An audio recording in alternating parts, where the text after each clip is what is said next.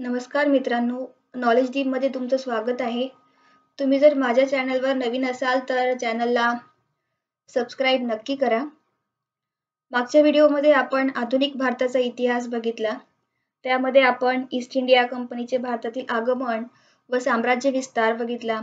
प्लासीची लढाई बघितली, बक्सारची लढाई बघितली, महालवारी पद्धत, रयतवारी पद्धत बघितली. तसेच आज आपण आपल्या व्हिडिओमध्ये महत्त्वाचे व्हॉइसरॉय व त्यांच्या काळात घडलेल्या महत्त्वाच्या घटना बघणार आहोत. तर चला सुरुवात करूया. तर बंगालचे गव्हर्नर्स आहेत रॉबर्ट क्लाइव्ह, वॉरन हेस्टिंग्स. हे तुम्ही नोट डाऊन करू शकता. वॉरन हेस्टिंग्स आहेत आणि त्यांचा कार्यकाल पण दिलेला आहे. भारताचे गव्हर्नर जनरल्स आहेत. भारताचे गव्हर्नर जनरल्स व व्हॉइसरॉय दिलेले आहेत. आणि स्वतंत्र भारताचे governor generals lord Mountbatten, C Rajagopalachari आणि त्यांचा कार्यकाल.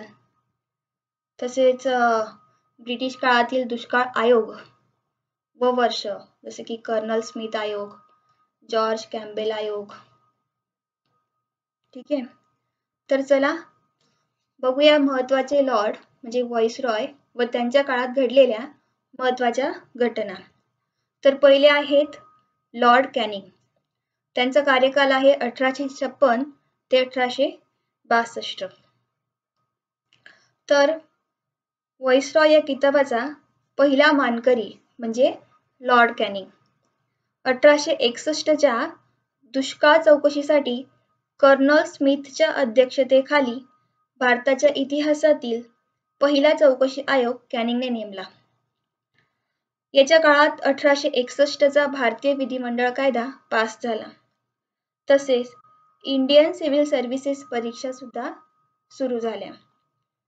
ठीक आहे. पुढे आहे लॉर्ड मेयो. त्यांचा कार्यकाल आहे 1869 ते 1872. भारतात सर्वप्रथम जनगणना 1872ला मेयोच्या काळात झाली. जी जनगणना भारतामध्ये झाली होती ती यांच्या काळात झाली. 1870चे आर्थिक विकेंद्रीकरणाचे विधेयक पास केले त्यांनी. पुढे आहेत लॉर्ड लिटन 1876 ते 1880.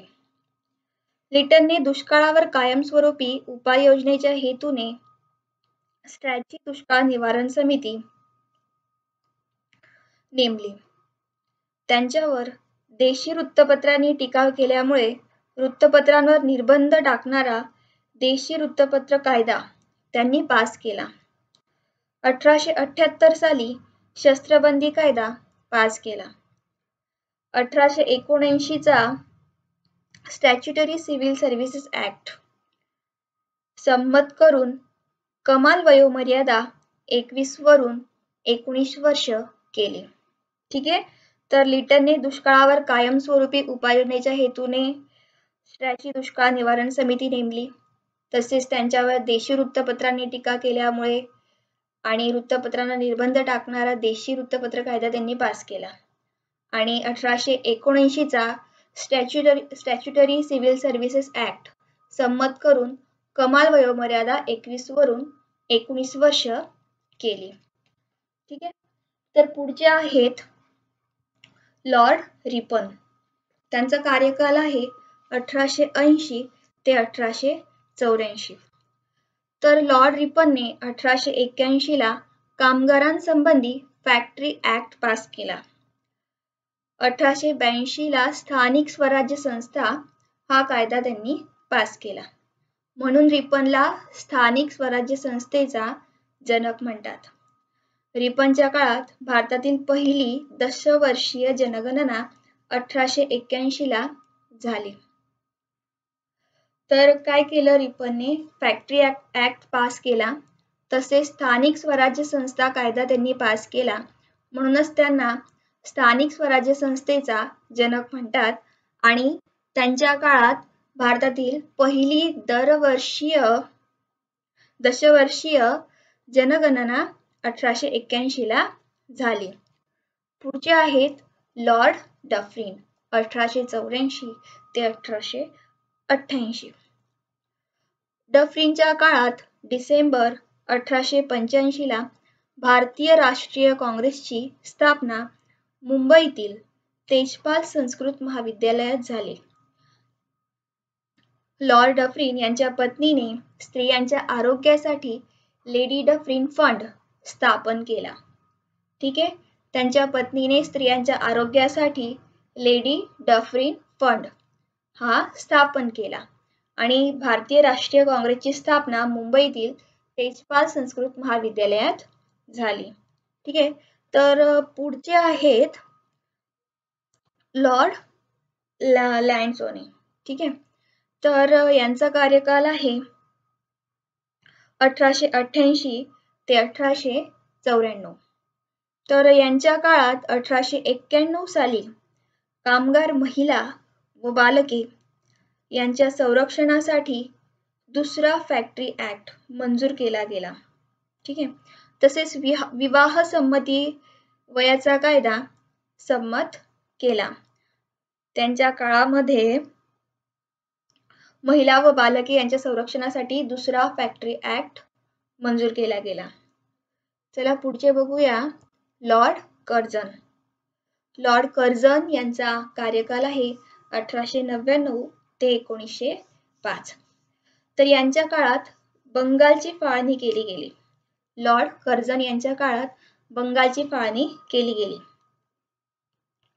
कर्झनने 1905 साली पोलीस खात्याची पुनर्रचना केली.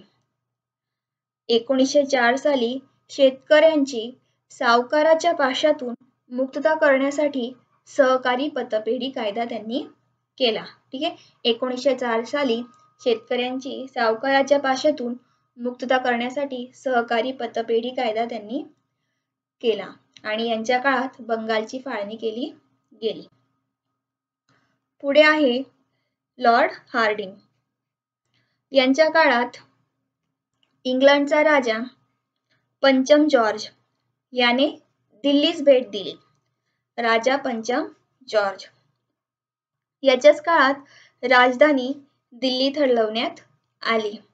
तसेच बंगालची फाळणी रद्द केली गेली. ठीक आहे, राजा पंचम जॉर्ज याने दिल्लीस भेट दिली आणि त्याच्याच काळात राजधानी दिल्लीस हलवण्यात आली. पुढे आहेत लॉर्ड चेम्सफोर्ड. ठीक आहे, यांचा कार्यकाल आहे 1916 ते 1921. तर यांच्या कारकिर्दीत 1919 चा मॉन्टेग्यू चेम्सफोर्ड सुधारणा कायदा संमत झाला. 1919 ला पंजाब प्रांतात रौलेट कायदा लागू केला.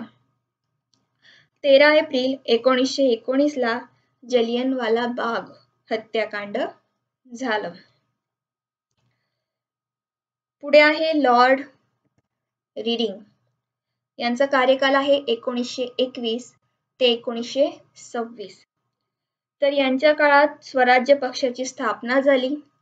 लॉर्ड रीडिंग यांच्या काळात स्वराज्य पक्षाची स्थापना झाली. तसेच मुडीमन समितीचा अहवाल सादर झाला. पुढे आहेत लॉर्ड आयर्विन. त्यांचा कार्यकाल आहे 1926 ते 1931. यांच्या काळात सायमन कमिशन भारतात आले. 1929 च्या लाहोर अधिवेशनात काँग्रेसने संपूर्ण स्वातंत्र्याची मागणी केली. 5 मार्च 1931 रोजी गांधी आयर्विन करार झाला. ठीक आहे, तर यांच्या काळात सायमन कमिशन भारतात आले आणि 1929 च्या लाहोर अधिवेशनात काँग्रेसने तेव्हा संपूर्ण स्वातंत्र्याची मागणी केली आणि 5 मार्च 1931 रोजी गांधी आयर्विन करार तेव्हा झाला. पुढे आहे लॉर्ड विलिंग्डन. त्यांचा कार्यकाल आहे 1931 ते 1936. तर ब्रिटिश पंतप्रधान रॅमसे मॅकडोनाल्डने जातीय निवाडा घोषित केला. 24 सप्टेंबर 1932 मध्ये पुणे करार झाला. ठीक आहे, 24 सप्टेंबर 1932 मध्ये पुणे करार झाला. 1935 चा कायदा तेव्हा पास झाला. पुढे आहेत लॉर्ड लिनलिथगो. त्यांचा कार्यकाल आहे 1936 ते 1944. तर काँग्रेसने 8 प्रांतात सरकार स्थापन केले. दुसऱ्या महायुद्धात भारतीयांच्या संमतीशिवाय युद्धास पाठिंब्याची घोषणा केली. सदर घटनेच्या निषेधार्थ प्रांतीय शासनाने राजीनामे दिले. 1942 ची चले जाव चळवळ दडपण्याचा प्रयत्न केला. क्रिप्स मिशन भारतात आणले. ठीक आहे, तर यांच्या काळामध्ये काँग्रेसने 8 प्रांतात सरकार स्थापन केले आणि दुसऱ्या महायुद्धात भारतीयांच्या संमतीशिवाय युद्धास पाठिंब्याची घोषणा केली. सदर घटनेच्या निषेधार्थ भारतीय शासनाने राजीनामे दिले आणि 1942 ची चले जाव चळवळ दडपण्याचा त्यांनी प्रयत्न केला आणि क्रिप्स मिशन त्यांनी भारतात आणले. पुढचे आहेत लॉर्ड वेवेल. ठीक आहे, यांचा कार्यकाल आहे 1944 ते 1947. 1946 ला नेहरूंचे हंगामी सरकार स्थापन झाले. पंतप्रधान ॲटलीने भारताच्या स्वातंत्र्याची तेव्हा घोषणा केली. ठीक आहे, 1946 ला नेहरूंचे हंगामी सरकार तेव्हा स्थापन झाले आणि पंतप्रधान ॲटलीने भारताच्या स्वातंत्र्याची घोषणा केली. तर पुढे आहेत लॉर्ड माउंट बॅटन. त्यांचा कार्यकाल आहे 1947 ते 1948. तर लॉर्ड माउंट बॅटन हे स्वतंत्र भारताचे पहिले गव्हर्नर जनरल व इंग्रज सरकारचे शेवटचे व्हाईसरॉय ठरले. ठीक आहे, स्वतंत्र भारताचे पहिले गव्हर्नर जनरल व इंग्रज सरकारचे शेवटचे व्हाईसरॉय ठरले. मित्रांनो, तुम्हाला हा व्हिडिओ आवडला असेल तर लाईक आणि शेअर नक्की करा. थँक्यू.